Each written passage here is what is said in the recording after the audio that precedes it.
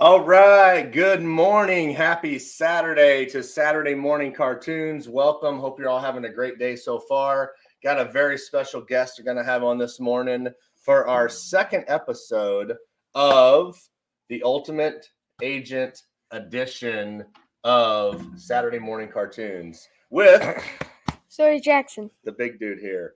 So hope everyone's having a great Saturday. Last week we talked to Michael V. Hill. That was a contestant on the Ultimate Agent.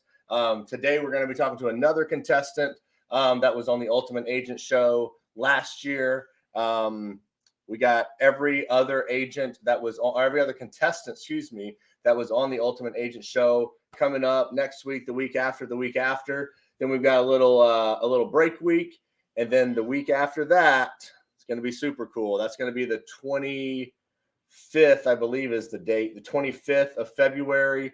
And just get ready for that show. If you're watching this now or watching this later on the syndicate or one of the shows, be excited for the next few weeks because we're prepping up for the starting and the filming of the next episode in the next iteration of Ultimate Agent with Cody Askins and his team out there in Springfield, Missouri. They're going to be filming their upcoming episodes. I believe it's going to be in March, but more to come on that. So I'm going to get our intro real quick, and then we're going to get our guest in here, spend about 20 minutes with you guys this morning, and get rocking and rolling. Here we go. Go.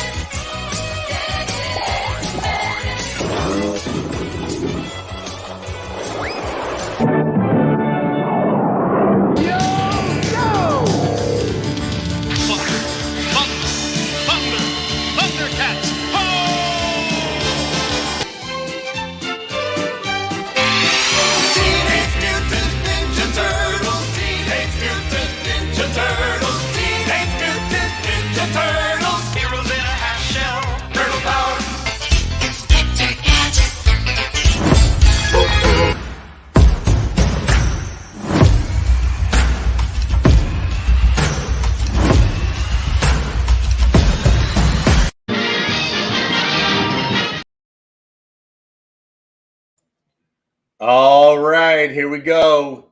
Who's ready to meet our guest for today? Here we go.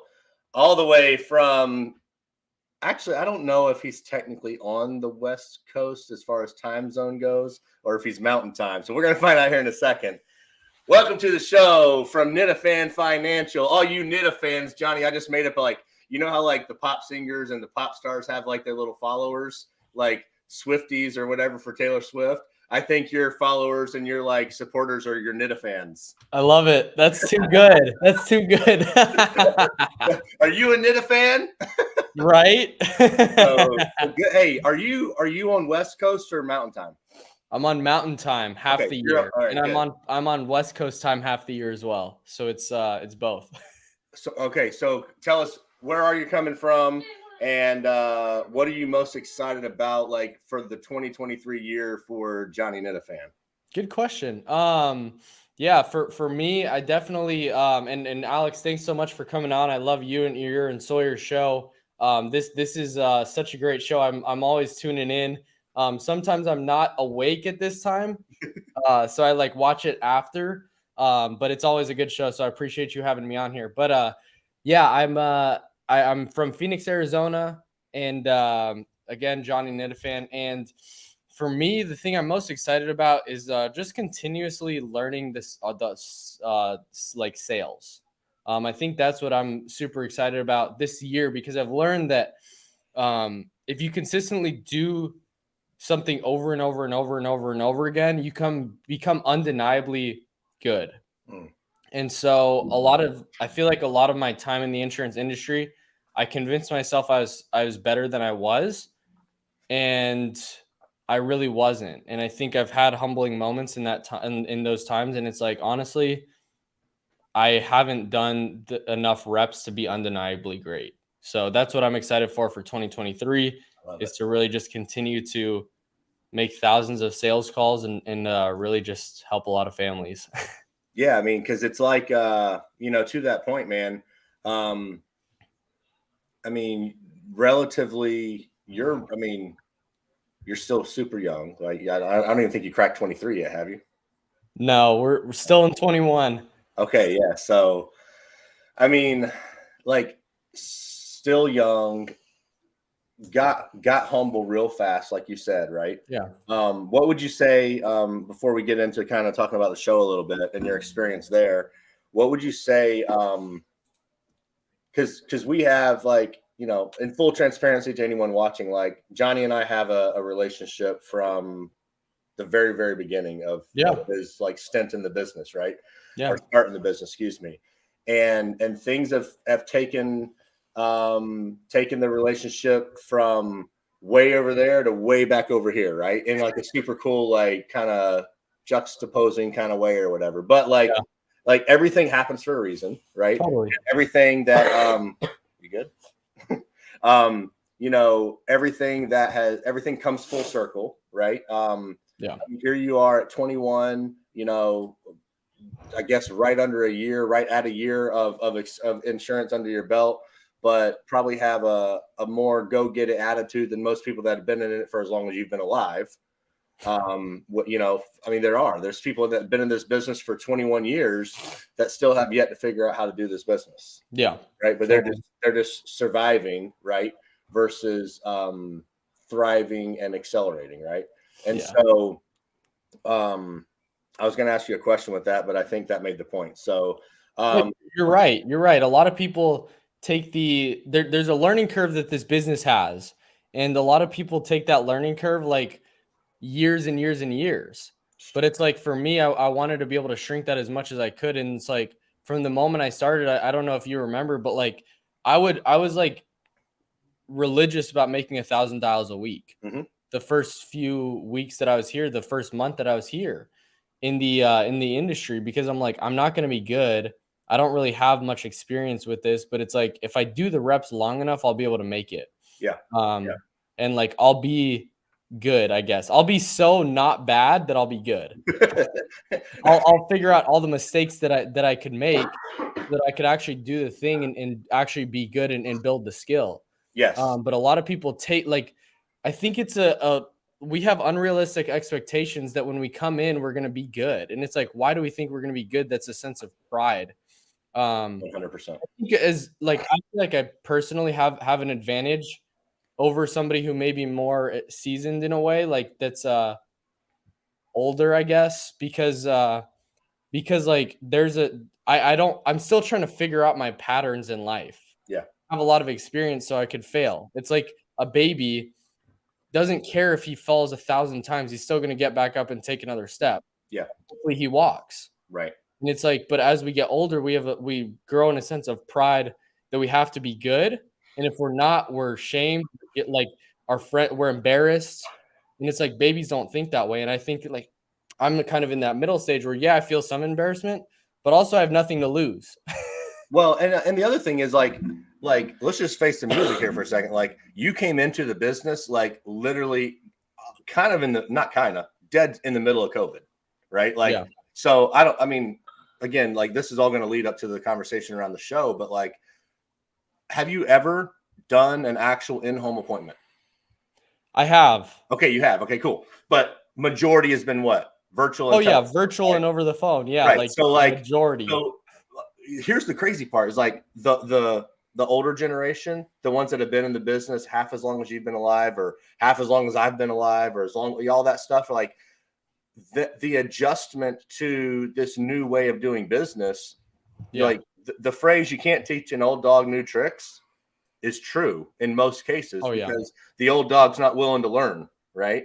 Yeah. But you take someone like you who grew up on this, right? And on the digital world, and everything was like whenever you came into this at such a time where there was such an upheaval of the norm in the business, like now that is the norm, right? So you don't quote know the old ways. So you don't have any old habits to break or old things that, we don't, you're not having to unlearn the ways of the ways of the past per se. Right. Which I think is super cool. So, let's, I know Sawyer has some cool questions for you, from same questions you asked Michael, right? Let's talk about kind of the show and like his favorite parts of filming and what he learned and his funniest moments, hardest moments, like that kind of stuff.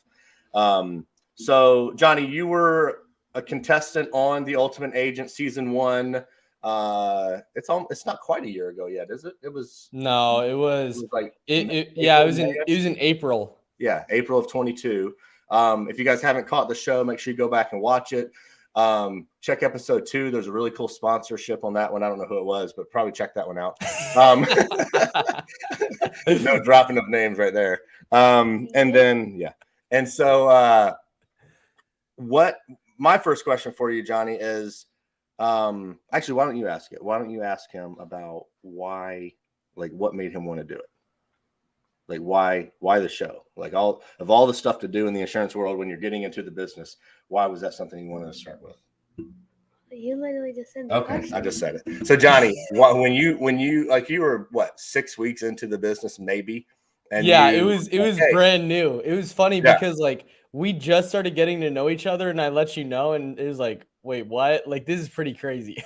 Yeah. And you were like, all right, I'm going to go on this show and be gone for like a week. And I don't know where I'm going, or 2 weeks in filming. And hey, I might call you for some from in the home, like to figure out what the heck I'm supposed to do, because I don't even know how to write an application yet. Yeah, exactly. Well, that's what's funny is like there was a carrier that I wrote out there that I wasn't fully appointed with them yet, but you can do an application beforehand. Yeah. And it's like, I did that. Like, you can do an application to speed up your process. Yep. And it's like, I wasn't even fully contracted with everybody yet. So I had to do a paper. They had a printer at the house, and I had to do some paper applications. And it's like, I haven't even done a paper application since the show, like almost a year ago now. Yeah. And it's like, that's what's funny is like right when I was starting, it's like there was that, it was just funny to do those paper applications. I'm like, honestly, like calling you up, like, what do I have them sign? Like, do I have them sign this, or do I not sign that? I don't know. What do I put for producer number? I don't have one. Yeah. Ending last 4, right? Yeah. So all right. So very, very beginning of your business here in the insurance business, like in your start, whatever you want to call it, like, why did you decide like to raise your hand to become, you didn't know you were going to get picked, obviously, until you got picked, but like, why did you decide to even raise your hand to put yourself out there, not knowing a dang thing about anything until really you got going? True. Yeah. The reason that I chose it is because Cody was a big role model of mine, like massively. And for me, he was somebody that I was genuinely like, he helped me so much in the insurance space. And right when I got in, the first thing I looked up is how to cold call. I didn't know how to cold call. So what I did was I looked up how to cold call, and I watched a bunch of videos, and I realized that it was realtors. And I was like, okay, I'm not a realtor. I need to look up insurance cold calling script. And Cody's the first one that came up, and he was doing a motivational speech and just really speaking about goal setting. And it was just really inspiring because I'm like, dang, this guy started in the insurance industry when he was 20. So did I. He played basketball. So did I. He just had massive dreams and goals, and he was a Christian and a believer. And I was like, wow, this guy's literally me. And his goal is to make 100,000 his first year, and so is mine. And so I was like, dang, the stars are literally aligned here. He did it. I need to follow exactly what he did and do that. So then I started watching every Cody Aston's video I could, got into his mastermind group that's called 6 Figure Society now, got in touch with them and on those things, because he's actually there doing a training call every Monday. And I was just like, Cody, like, I really think we're going to work together some way, somehow. I don't know. But like, we're going to work together. We're going to do something together. And he's like, and this was in January. So this is like when I was still door knocking businesses. This is when I was still doing employee benefits in insurance, selling accident, critical illness, all those little plans at work. And so that was then. So then I got into the life insurance industry. And then after a few weeks of just being in the life insurance space, actually my second week, I get on the call and he's like, we're doing a contest. You could go on a private jet. Like we're going to do a private jet, go to an undisclosed location.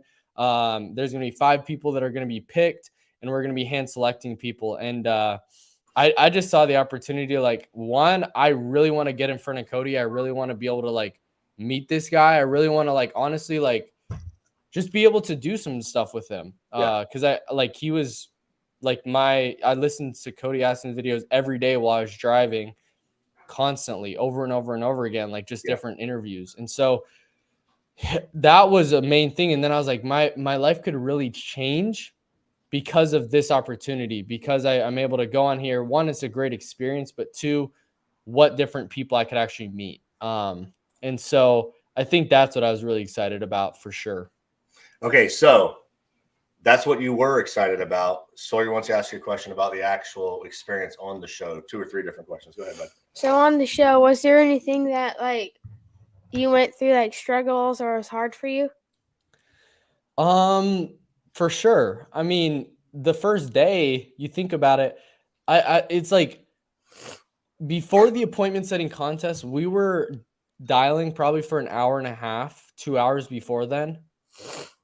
And I was like dialing crazy. Like I would dial the phone, and if they don't answer, boom, I'm hanging up, dialing and get like boom, boom, boom, like drilling through these, right? Nobody was answering. I was like, how can I set an appointment if nobody's answering? That's and so the strategy was everybody had the same strategy, because like all the mentors would like, they would say the same thing to every person, but act like they're just saying it to you. And so sometimes I believed it. And Nate Offert was really good about that, because he's like, he would make you feel like $1 million and like make you feel like, dang, I really am his favorite. Like he really wants me to, he thinks I'm going to win, like only me. And then we wake up the next day and like Amanda's like, oh, Nate called me last night and I just wanted to go knock doors. And Moon's like, oh, I'm ready. Like today's the day. Like Nate talked to me. Like I really am going to win. Like it's destiny, because Nate was talking to me. I'm like, okay, well, he was saying the same thing to everybody. But the strategy was to dial the old leads, because we got a stack of 500 leads, to dial the age leads first to kind of get warmed up. But we did it for an hour and a half, and like half of them were disconnected numbers, and honestly, like they weren't answering. Yeah. And so it was really hard. But then we worked direct mail during the appointment setting challenge, and that's when it got really exciting, because actually people started answering. So, and I never did final expense. Yeah. I never did final expense. So I was like, what kind of script do I use? Like there's different lingo for final expense and mortgage protection. I didn't even know that it was going to be final expense. I'm just used to mortgage protection, let alone being in the life insurance industry for 5 weeks. I'm like, dude, I don't know. And so I was like, literally, Leslie is like started writing a script for me before we did the challenge, like a few months before, or a few minutes before we did it. And I was like, okay, I guess I'll just follow this and read this script. And so, without spoiling the show for those who haven't seen it, how many, I don't even know if it's talked about in the show in the first episode, but how many dials, how many contacts did you make in that first like challenge first day? You remember? I don't know exactly, but I know I made probably 300 to 400 dials in like a 4-hour time frame. Like it was insane. Like that's getting it. We're like I started quadruple dialing people, because I'm like, dude, these people are not answering. And that's why it's funny, when I used to have the fear of triple dialing. I really did. But now I'm like, these people aren't going to answer regardless, so might as well call them 4 times. Like I don't know, they're getting blunt. Like you have to get their attention somehow, some way. And so like I don't even have a fear of like quadruple dialing anymore. I have another question for you. Was there something that like was embarrassing that happened? Good question. I'm trying to think here. I mean, it was embarrassing for sure. Don't spill all the tea.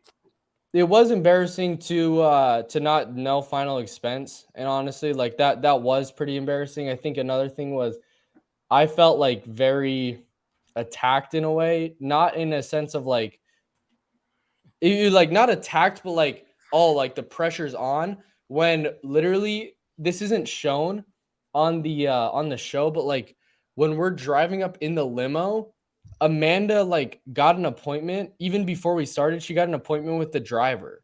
And I was like, dang. And then we walk in and like she gets another appointment. I'm like, what the heck? She's like, I got her name and like I was like, I felt threatened in a way. Like, okay, like game's on. Like, and so like I don't know, like I could tell like she was dialed in.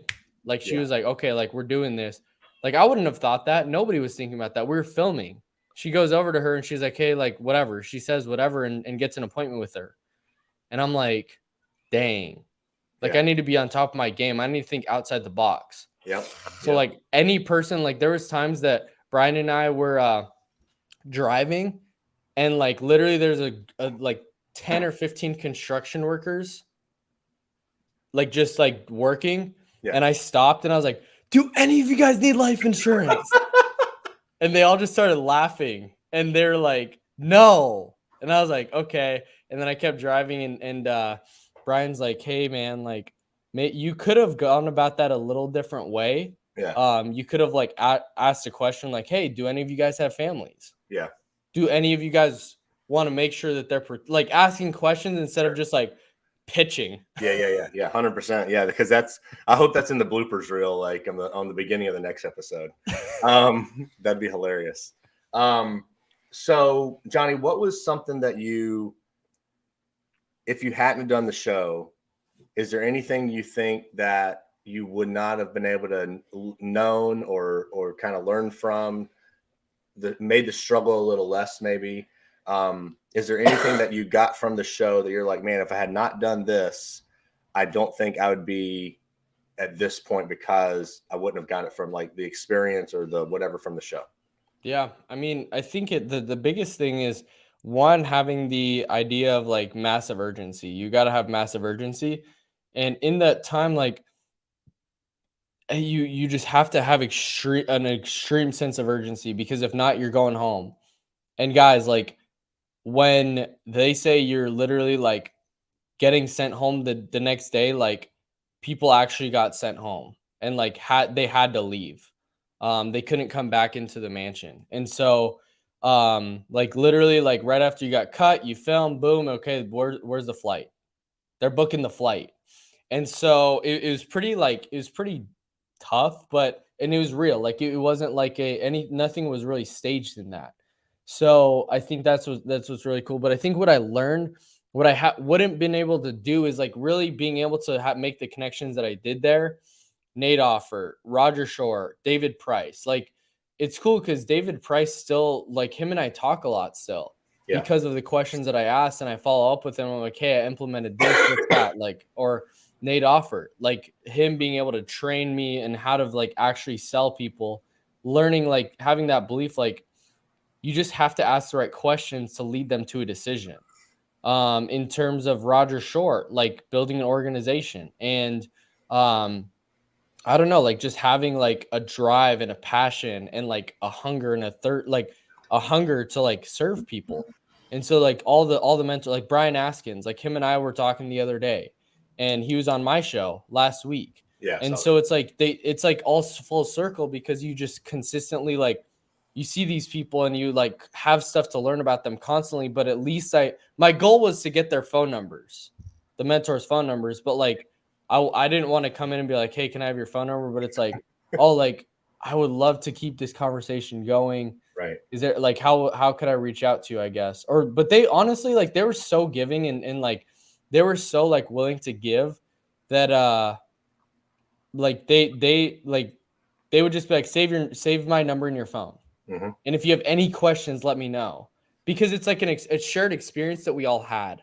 And so I think if I wouldn't have done that show, like I do feel like I had an unfair advantage in this industry, because I got like I instantly like found my way to a bunch of successful people that like are committed to not letting me fail. So it's kind of one of those things that it's like I feel very privileged about it. And so I feel like with a lot of like privilege comes a lot of like responsibility, for sure. Is that Spider-Man? Spider-Man quoted that? I don't know.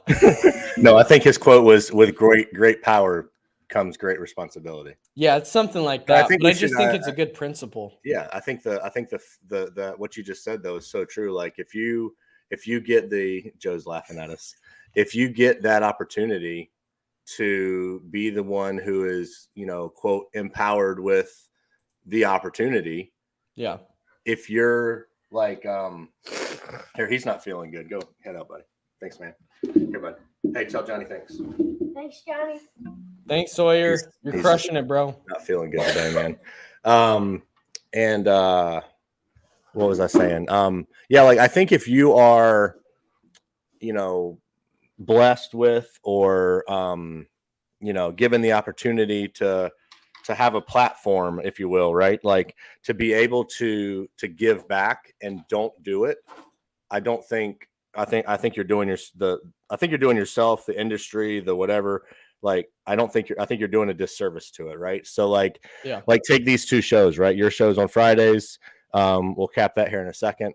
And then this one here that, we got the opportunity to do through meeting folks through Cody's stuff with the Jet and doing the Ultimate Agent Tour and, me and Joe kicking off our conversation, which led to what we're doing right here. Like, listen, like I understand. And from we're talking about kind of embarrassing moments earlier, like in full transparency, like when I get on here and I see that, like, it's knowing that I want to make so much impact, man, like it's hard for me to watch. And I don't know what kind of attendance the other shows have, but like, it's hard for me to see, like, knowing the impact I want to give. And I know it's on Saturday. I know it's at 9 a.m. Like it's a different time frame slot than like a weekday 9 a.m. But like for me to look at the screen and be like, man, there's only 5 people watching right now. I'm like, I want to figure out, like, it's embarrassing for me from that standpoint, because I want to be able to give more impact. Right. Like I know that what we want to talk about with people and the guests we have on and what you guys are doing on your show and all the other 5 shows, like what we want to do, I think I probably speak for everyone. Like when there's not enough people, we feel like, how do we get more people? Not because, I mean, we don't make nothing from it, right? It's just, It's a giving. It's 100% servant. Yeah. So I don't know where I was going. I feel that though. Like I totally agree. And I think what I've like committed to is like, will this benefit people in like if I do this on a scale in 10 years, right? Yes, there's going to be people impacted. And I think like changing my frame of mind of like, cause it's like, it's so easy in this day and age, like to look at how many views you're getting, how many likes you're getting, how many this and that. But it's like, what I think about is like, I'm going to continue developing as a person, but I want to be able to, like, for me personally, I like making videos and documenting my journey. Yeah. Because because what happened was I started a clothing line when I was 18 and I'm actually wearing one of my like pieces of clothing like that I used to have. And I honestly like always wear it, but I started a clothing line, and when I was 6 months into it, I made a blog post. I made an article, and I said the top 3 things that I've learned owning my own business or starting my own business at the age of 18. 1, 2, 3. And I'm like, dang, this is my frame of mind. This is exactly what I was thinking. I went through my Twitter and I would just post like quotes that I've heard or like frame of minds that I'm thinking about. And for me, that was so like, it was emotional to like look back and be like, dang, look how far I've come in 3 years. Yeah. Imagine 10 years down the line. Yeah. But so with true. video. Yes. And so like for me, it's like, if I could gain if I gain experience, like I want people to be able to like learn from what I've gone through. I want people to like not experience what I've like the pain that I gone through, like the year of like mistakes, right? The year of dang, like I did this, I messed up, and like being real about it, because that's all people want. And I think for us, like as content creators and people that are like wanting to give a lot, it's like we're just building the library. So when we do blow up, people are like, dang, this guy's been doing it for a while. Yeah. And then it immediately builds credibility. Like, this guy's not in it just for the quick hit. This guy's been doing it for years now. So true. That's a good point. point. And I think, man. like, for me, that realization came when I just found Alex Hormozy about a year ago. And I looked back in his Spotify podcast, and he's been doing it for 3 years, like 3 times a week before then. And I'm like, this guy's been doing it. Mm-hmm. And I know there's going to be viewers like that find us 3, 5, 10 years ago from now. Yeah. They're going to be like, dang, this guy's done it. And now I can learn what he's been learning in a super fast fast time. Yeah. So that's the kind of frame of mind, I think, because it's like, for me, I'm like, yeah, I want 500,000 people to watch. Like, yes, I do. Yeah. I genuinely do. But I think, like, for me, it's like, I don't think that I've earned that right yet.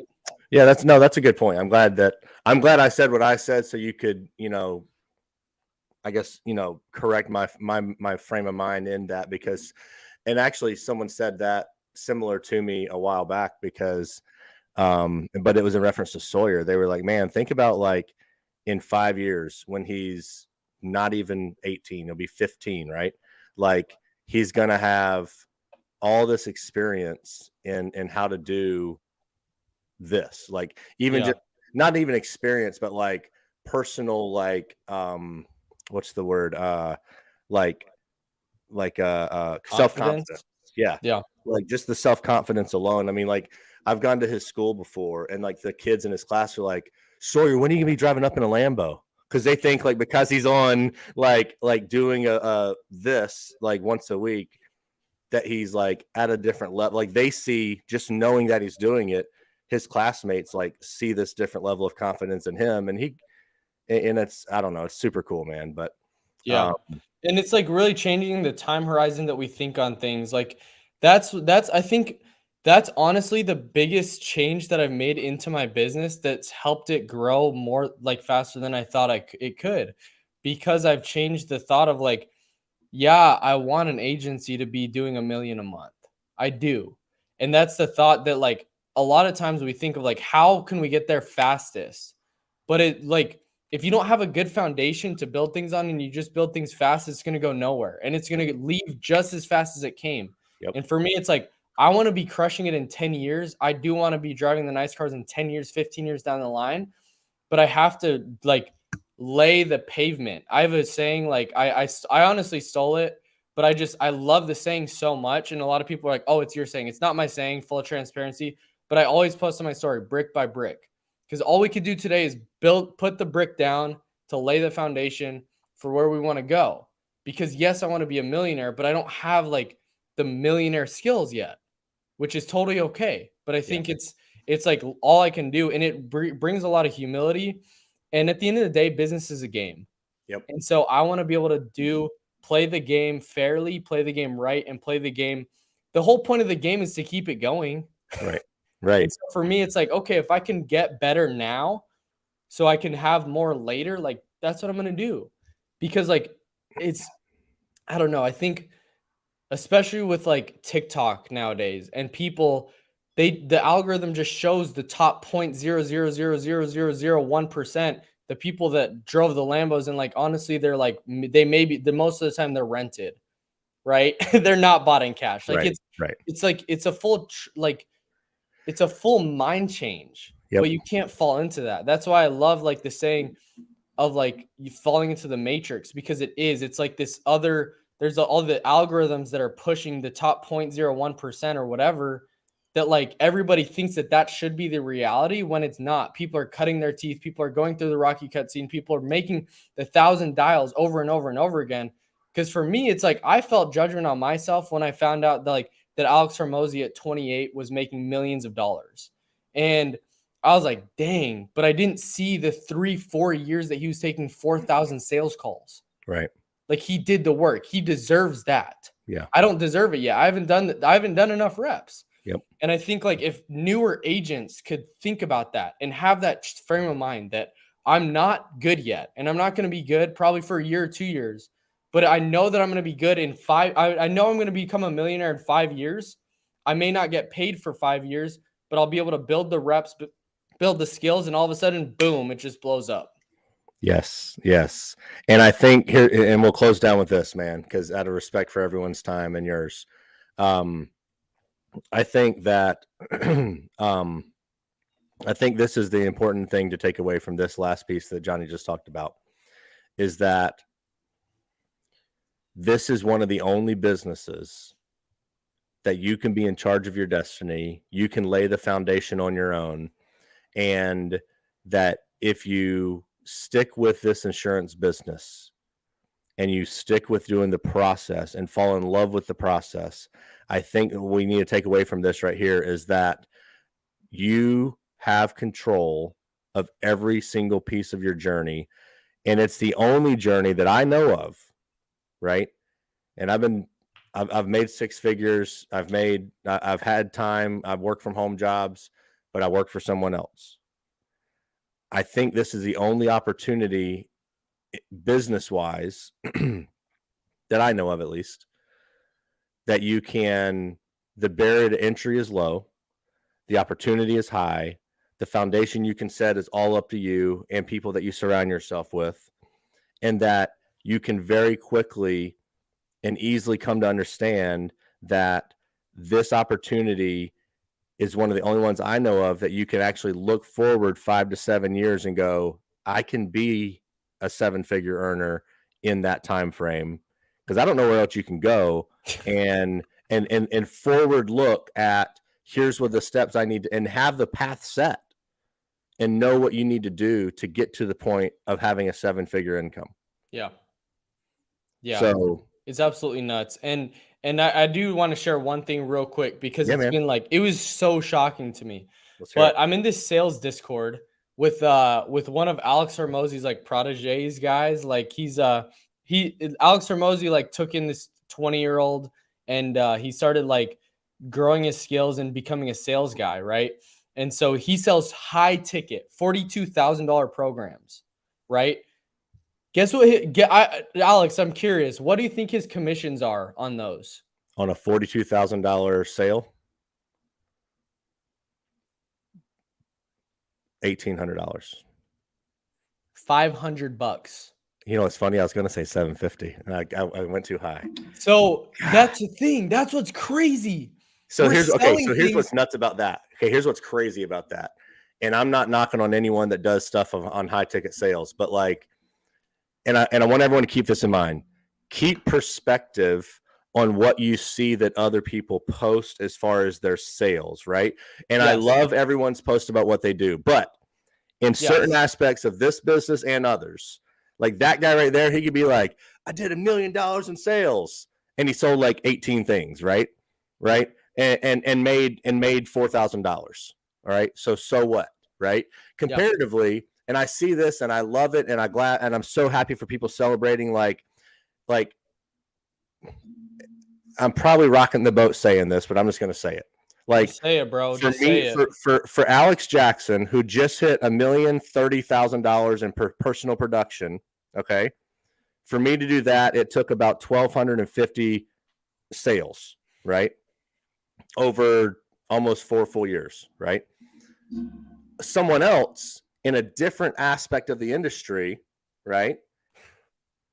So like, and I'll pick on Joe because he's in the room. Yeah, I was about to say that too. Right. So I'll pick on Joe for a second.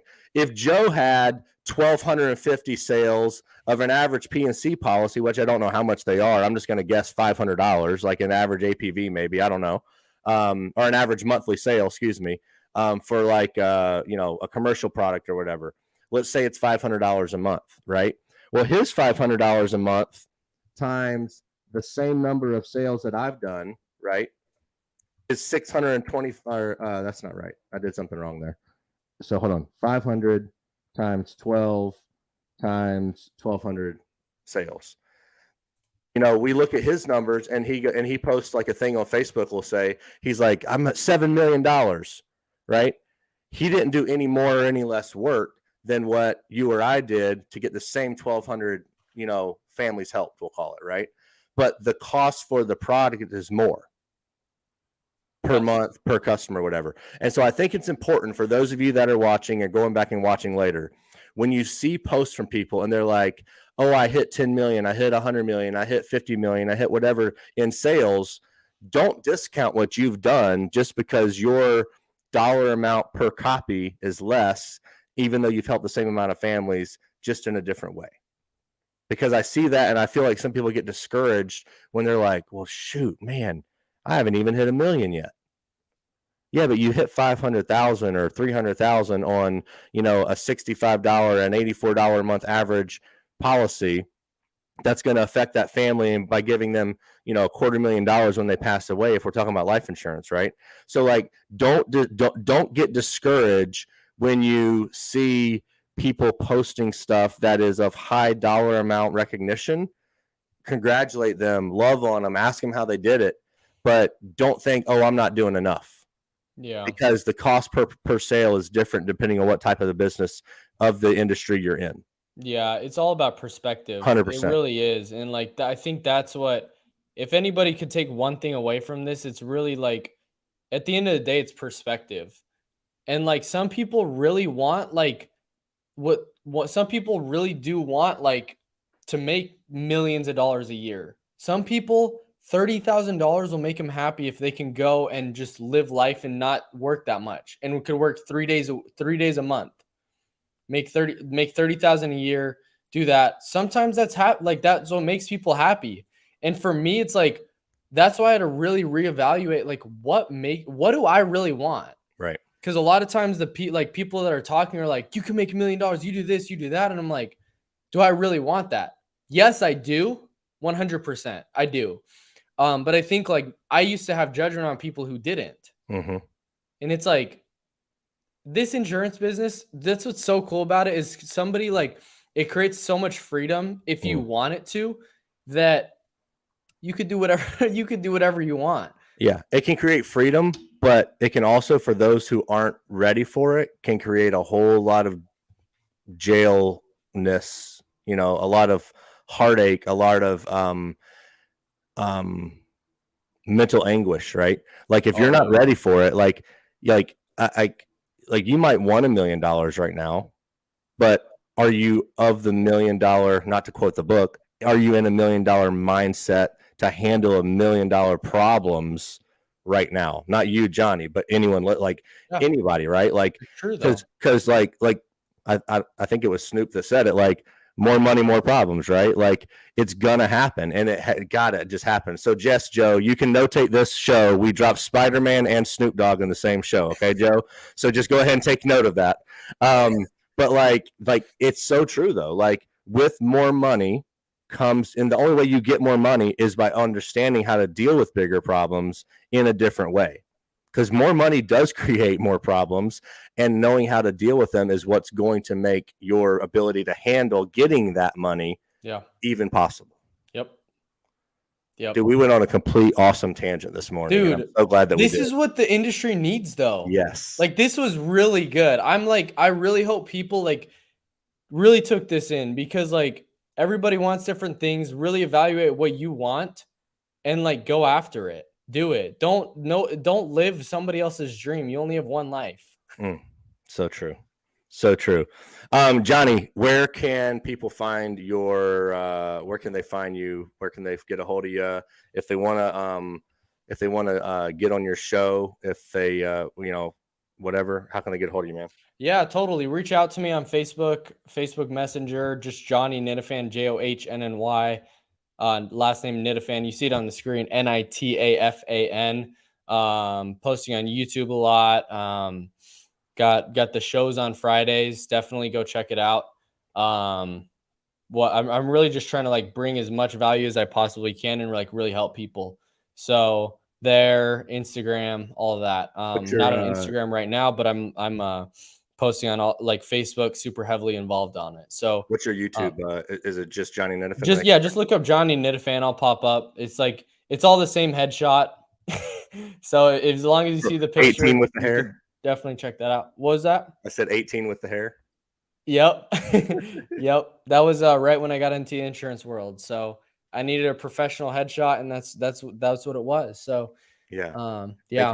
Thank Alex, you. appreciate you having me on here, though. Seriously. This was awesome, fun, man. This was really, really good. I'm so glad that, like, that we did this. I appreciate you coming on. And you guys make sure you go in and check out other episodes that have already been done inside of the syndicate. If you're not on the Insurance Syndicate, search the Insurance Syndicate on Facebook. It's a group. It's a private group. Joe's got to vet you and take a blood sample before you get in. But other than that, you'll be more than welcome to be here. Excuse me. But yeah, you guys, like, go out there, find what is going to help you get yours. Reach out, reach up, and Joe is just telling me in the chat here that all of the episodes of all of the shows, including Saturday morning cartoons, are on YouTube. We'll get some more information out to what exactly the YouTube channel is. I think it's this Insurance Syndicate YouTube channel, and so. Man, just keep going after it, guys. Go get yours. If I can help at all, my info is right here on the screen behind me. Let's see if I can do this real quick. There's that. If I can help at all, there's my info right there. Take a screenshot, hit me up, whatever. And then, man, let's go just help a lot of families and have more impact for income. Sweet. Let me